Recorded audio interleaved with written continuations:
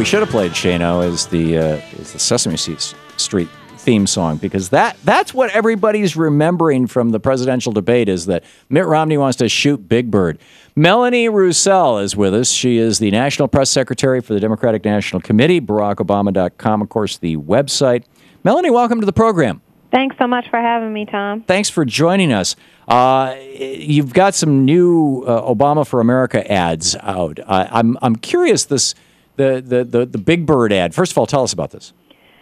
Well, you know, of all of the budget busting items that Mitt Romney or threats, all of the threats that Mitt Romney could have identified, for some reason, the one thing he said he would cut in the debate was PBS.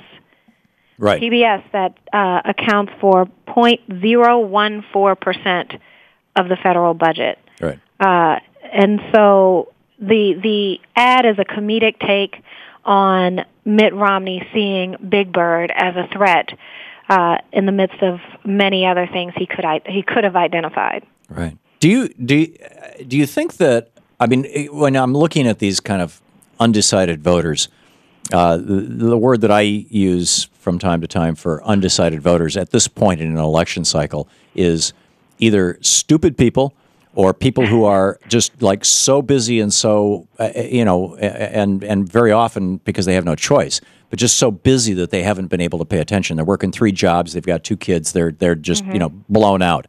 I mean, it's either a lack of ability or a lack of interest. And I think anybody lack of interest, I'm willing to use pejorative adjectives to describe.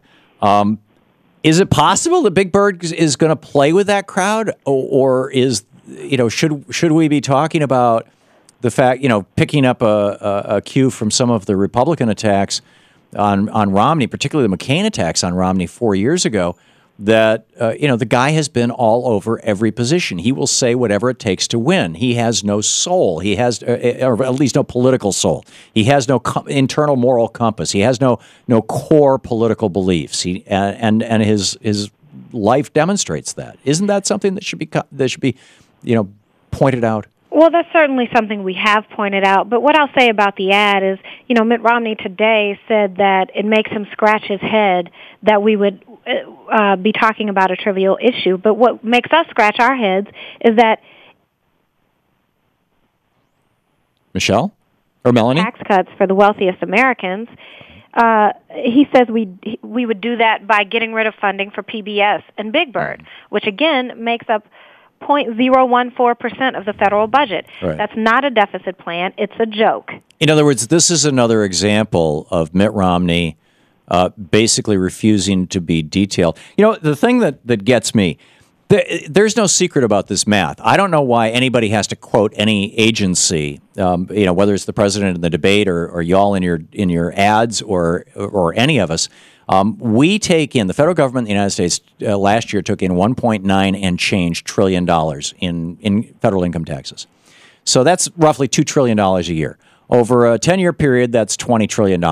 If you add the inheritance tax and a little bit of inflation, that's $25 trillion. So you got 25. That's an easy number for people to get their heads around. Mitt Romney has said 1,000 times he wants a 20% across-the-board tax cut. 20% of 25 is 5. Mm-hmm. How can he deny that he's suggesting a $5 trillion tax cut when... Well, today he went so far as to say in the Des Moines Register editorial board meeting that he actually wouldn't cut taxes for the wealthiest Americans. Wait a minute. That's completely different from what he's ever said before, which is that he would give a 20% tax cut across the board for everyone, including the top 1%. He said in the debates, in the Republican debates, including the top 1%. He has doubled and tripled down on that. But this is not shocking. This is a candidate who has been dishonest throughout his campaign, and he was certainly dishonest throughout his debate performance. He was dishonest about the size of the tax breaks for the wealthiest because they're so big, and he has no plans to tell us how he plans to pay for them. He's not. He would rather lie about it. He was dishonest about his health care plan. He knows that his health care plan is not going to cover people with pre-existing conditions who are not already insured. Right. He knows that, and he was dishonest about it. He was dishonest about his Medicare plan because he knows it's going to take away the guaranteed benefits that seniors are used to having. He wasn't honest about his plan for dealing with the deficit. The only detail he gave us was that he would cut funding for PBS, which again is a total joke.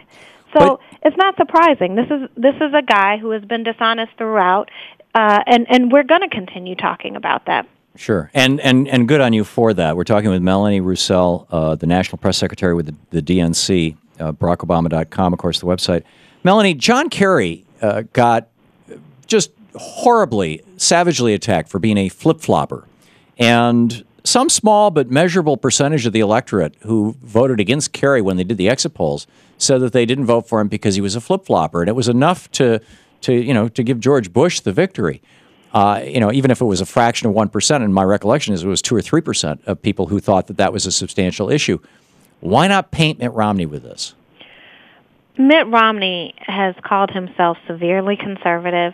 He is stuck by the most extreme positions that he struck during the Republican debates and when he was seeking out the nomination.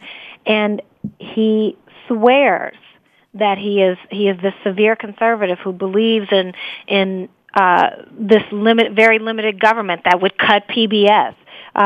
These are the positions he staked out, and he should be held accountable for them. Yeah. And the reason he should be held accountable for these extreme positions is because they are far outside the mainstream.